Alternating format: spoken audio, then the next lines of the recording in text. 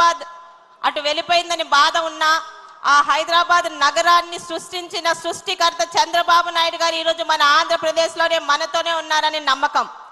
ఆయన పరిపాలనలో ఈరోజు 13 జిల్లాలు కానివ్వండి, 26 జిల్లాలు కానివ్వండి, ప్రతి జిల్లా ఒక హైదరాబాద్ నగరంగా మన రాష్ట్రం అభివృద్ధితో పాటు ముందుకెళ్తున్న నమ్మకం ఈరోజు మనందరిలో ఆయన పరిపాలన కలిగిస్తూనే ఉంది.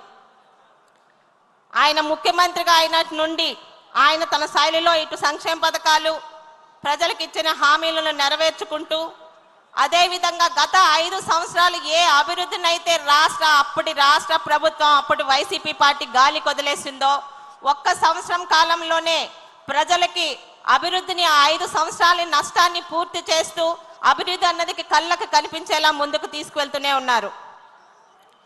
ఈరోజు ఆ ప్రభుత్వంలోని గాలి కొదిలేసిన మౌలిక సదుపాయాలు లాంటి రోడ్లు కానీ, అలాగే ఇతరత్ర ఎయిర్పోర్ట్లు కానీ, నౌకాశ్రయాలు కానీ, మరిన్ని ఈరోజు ఎంతోమంది నాయకుల సహకారంతో, కేంద్ర ప్రభుత్వం సహకారంతో రాష్ట్ర ప్రభుత్వంలోని ప్రజలకి ఇటు నోరు పారేసుకుంటున్న ప్రతిపక్షాల్లో కూడా కళ్ళకు కనిపించేలా మనం ముందుకు తీసుకువెళ్తున్నాం. ఈరోజు రోడ్లు గత సంవత్సర కాలంలో అభివృద్ధిలో పెద్ద పీట వేసినది ఏదన్నా ఉంటే ఈరోజు రోడ్లు.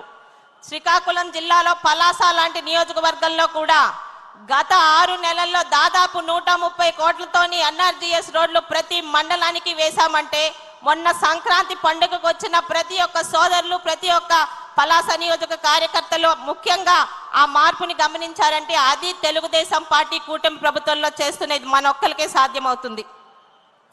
అదేవిధంగా పోర్ట్లు, ఎయిర్పోర్ట్లు, ముఖ్యంగా శ్రీకాకుళం జిల్లా అంటే వలసల జిల్లాగా పేరు పొందింది. శ్రీకాకుళం జిల్లా తలరాతని మార్చడానికి 2014-19లోని టెక్కల్లోని బామనపాడులో మూలపాటి పోటీకి శంకుస్థాపన సంకల్పం చేసింది మన చంద్రబాబు నాయుడు గారు.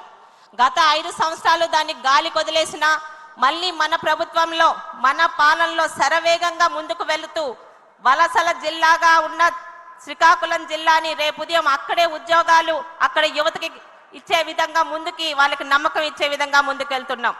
అలాగే ఎవరు ఊహించారు శ్రీకాకుళం జిల్లాలో పలాస అనే నియోజకవర్గంలో ఒక ఎయిర్పోర్ట్ వస్తుందని? ఈరోజు ఒక పలాసనే కాదు, పలాసలోని, కర్నూలులోని, ఈరోజు ప్రతి దగ్గర కుప్పంలోని, నెల్లూరులోని, అలాగే గోదావరి జిల్లాల్లోని ఎయిర్పోర్ట్లు కూడా మన కళ్ళకి సాకారం జరిగే విధంగా ముందుకు వెళ్తున్నాయి. ఇక నౌకాశ్రయాలు, గత పరిపాలనలో అభివృద్ధి అంటే కొబ్బరికాయ కొట్టి మీట నొక్కడం అనుకునే వాళ్ళు, ఒక బటన్ నొక్కితే అభివృద్ధి జరిగిపోయిందని చెప్పడానికి వాళ్ళకి ఇచ్చిన పేపర్ల ద్వారా, వాళ్ళ ఛానల్స్ ద్వారా ఎన్నో గాలి మాటలు, అబద్ధపు కబుర్లు. ఈరోజు అభివృద్ధి అంటే బటన్ నొక్కడంలోనో కొబ్బరికాయ కొట్టడంలోనో కాదు. అభివృద్ధి అంటే కళ్ళకి కనిపించేలా సంవత్సర కాలంలో చేస్తూ 5 సంవత్సరాల నష్టాన్ని పూడ్చుకొని మనం ముందుకెళ్లే విధంగా వెళ్తున్నాం. సార్, ఏ యువతకైతే తెలుగుదేశం పార్టీ దగ్గర కావాలనుకుంటున్నారు